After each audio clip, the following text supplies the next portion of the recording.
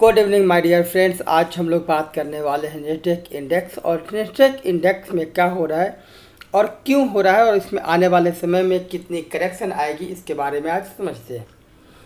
साथियों, हर बार हमें एक बात जरूर समझना पड़ेगा, क्योंकि मार्केट की सिम्टम क्या कहता है, मार्केट को कैसे हम मापने की कोशिश करें, उस पैरामीटर में क्या क्या बदलाव होता है।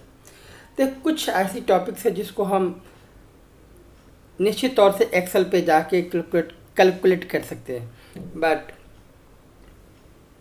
लैक ऑफ नॉलेज होने के कारण काफ़ी सारे ऐसे दोस्त होते हैं जो उसको नहीं कर पाते हैं। उन्हें क्या करना चाहिए? उन्हें केवल दो चीज़ों को यूज करना चाहिए। पहला, एक बढ़िया स्ट्रेटेजिक चार्ट बेस्ड पैटर्न।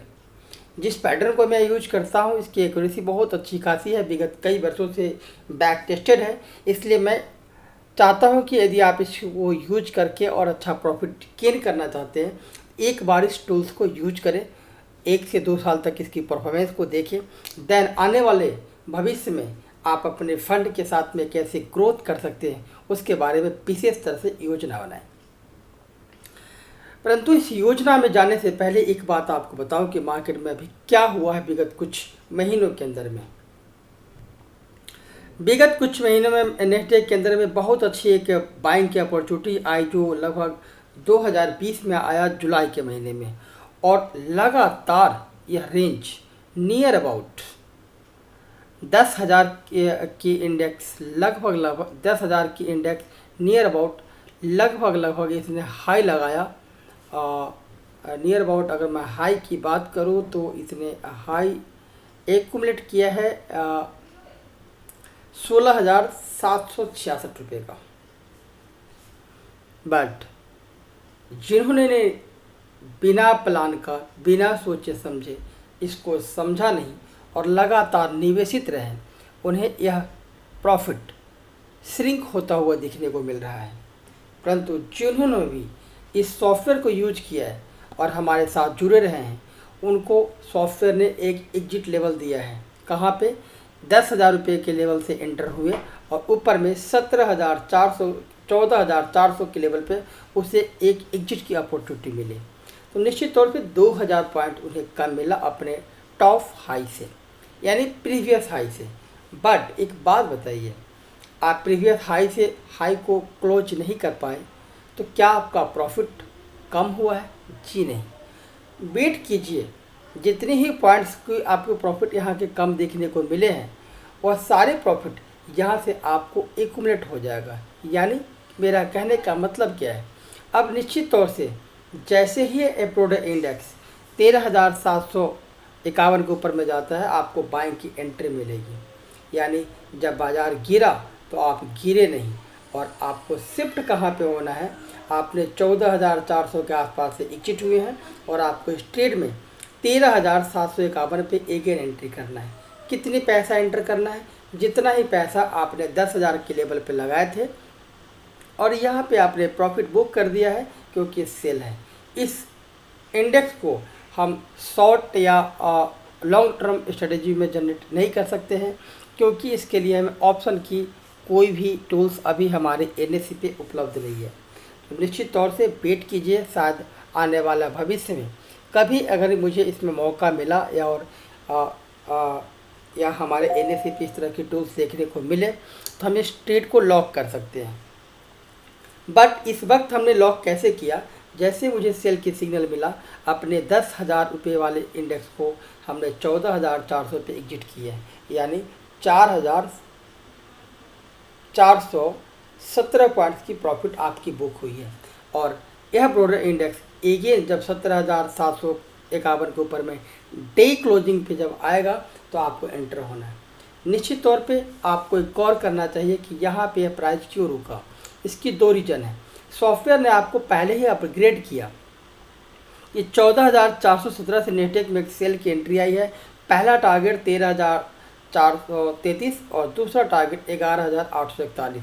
इन दोनों ही टारगेट को ऑलरेडी इस सॉफ्टवेयर ने अचीव करा दिया है, जिस वजह से आपकी सेल की सिग्नल में और स्टॉप लॉस में दोनों ही प्राइस में नियर अबाउट काफ़ी श्रिंकिंग देखने को मिल रहे हैं।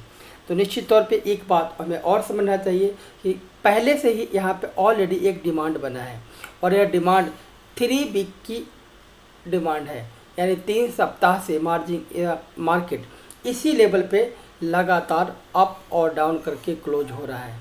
यानी निकटतम भविष्य में यदि यही इंडेक्स नियर अबाउट जब वीकली क्लोजिंग पे मुझे 11,100 के नीचे दिखेंगे, तब मैं पुनः इसमें प्लान करूँगा कि शायद मुझे एक बार छोटा टुकड़ा निवेश करना चाहिए। बट अभी मैं इसमें कोई भी नया प्लान नहीं ले रहा हूँ, ना ही मैं इसमें ट्रेड करने की कोई प्लान कर रहा हूँ। तो अब सवाल आपके अंदर कि इस वीडियो का कंक्लूजन क्या है, तो इसको वेट कीजिए 13,751 के ऊपर में क्लोज होने का, और जब तक नहीं होता है तो आपने ऑलरेडी 14,400 रुपये प्रॉफिट बुक कर रखे हैं। यह आपको बहुत अच्छे अपॉर्चुनिटी लेवल पे मिलेगा। अब आपके मन में एक क्वेश्चन और आएंगे कि अभी मैं यहाँ पे लेने को एंट्री आपको नहीं बोल रहा और 13,700 पे क्यों, क्योंकि आपने 10,000 के इंडेक्स को 14,400 पे बिका है और वहाँ से 13,700 यानी कि कम से कम 1100 पॉइंट की प्रॉफिट रह जाए। और निश्चित तौर पे ट्रेड अलर्ट का यह उद्देश्य होता है कि जब मार्केट बढ़े तो मैं बढ़ने में साथ रहूं, लेकिन जब गिरे तो गिरने में अपने प्रॉफिट को यानी अपने प्रॉफिट को लॉक करूं और लॉस को कंट्रोल करूं। इसी तरह की रणनीति को लेकर के इस तरह के हमने हमेशा छोटे छोटे क्लिप्स आपके साथ साझा करते रहते हैं। आने वाले निकटतम भविष्य में जब भी मैं अपने निजी अकाउंट में ट्रेड करूंगा, मेरे पब्लिक डोमेन पे यह चीज़ निश्चित तौर से आपको देखने को मिलेंगे। अभी मैं इसमें कोई भी प्लान नहीं कर रहा हूँ, क्योंकि एक बहुत अच्छी खासी करेक्शन है और एक करेक्शन लॉन्ग टर्म की है। यहाँ पे हायर हाई बनाया और इस लॉन्ग टर्म की है। जब तक मुझे लॉन्ग टर्म में इसमें कोई बाइंग की अपॉर्चुनिटी नहीं दिखेगी, तब तक हम नहीं आएंगे। दूसरी एक चीज़, हमें रिजल्ट क्या करना चाहिए, ट्रेंड क्या है, तो इस सॉफ्टवेयर में एक रिजल्ट नाम की एक हमने नया टूल्स ऐड किया है। इस टूल्स को देखने से आपको यहाँ पे सेल की कन्फर्मेशन आ रही है। जब तक यहाँ पे बाय लिखा हुआ नहीं आएगा, हम इसको बाय नहीं करेंगे। कुछ लोग हमसे पूछते हैं कि निफ्टी के अंदर में ऐसा क्या रुझान है, जो अपना ब्रॉडर इंडिया का इंडेक्स है। निफ्टी के अंदर मैं आपको एक चीज़ आज की डेट में बता के चलो, निफ्टी में आप बाय आंख बंद करके कर दीजिए, क्योंकि आने वाला समय में निफ्टी का टारगेट 17,433 का है। और इस वीडियो को ध्यान से याद रखिएगा, क्योंकि आने वाला समय में 17,433 आपको जल्द ही देखने को मिलेंगे। मे बी कुछ लोग ये पूछेंगे कितने महीने में, कितने दिन में, ऐसी कोई थिंकिंग है ही नहीं। We are always view long term. Long term it means yearly expiry का वेट कीजिए। यदि इस पर कोई भी मैनिपुलेशन कोई भी अगर मैं ट्रेड में चेंज करने की मौका मिला, तो मैं आपको उसके लिए जोर एक बार बात करूंगा। फिर से मैं नेस्डैक इंडेक्स पे आता हूँ कि नेस्डैक इंडेक्स ही है, बहुत बड़ी चर्चा में है। काफ़ी सारे लोग पूछते हैं कि इसमें रिटर्न बहुत ज़्यादा है। रिटर्न ज़्यादा के चक्कर में कोई भी ऐसे ब्रॉडर इंडेक्स का ETF या फंड ऑफ फंड अपने पोर्टफोलियो में ऐड ना कर ले, जिससे आपका ग्रीक सिस्टम बिगड़ जाए, आपकी बैलेंस ख़राब हो जाए। जैसे उदाहरण के तौर पे बादाम खाने में काफ़ी स्वादिष्ट भी होता है और हेल्दी भी होता है, बट हम अपने खाने की थाली में बादाम पूरी थाली कभी नहीं रखते हैं। उसमें रोटी रखते हैं, उसमें सब्जी डालते हैं, उसमें मिनरल वाटर होता है, उसमें सैलेड होते हैं। इस प्रकार से हम थाली सजाते हैं।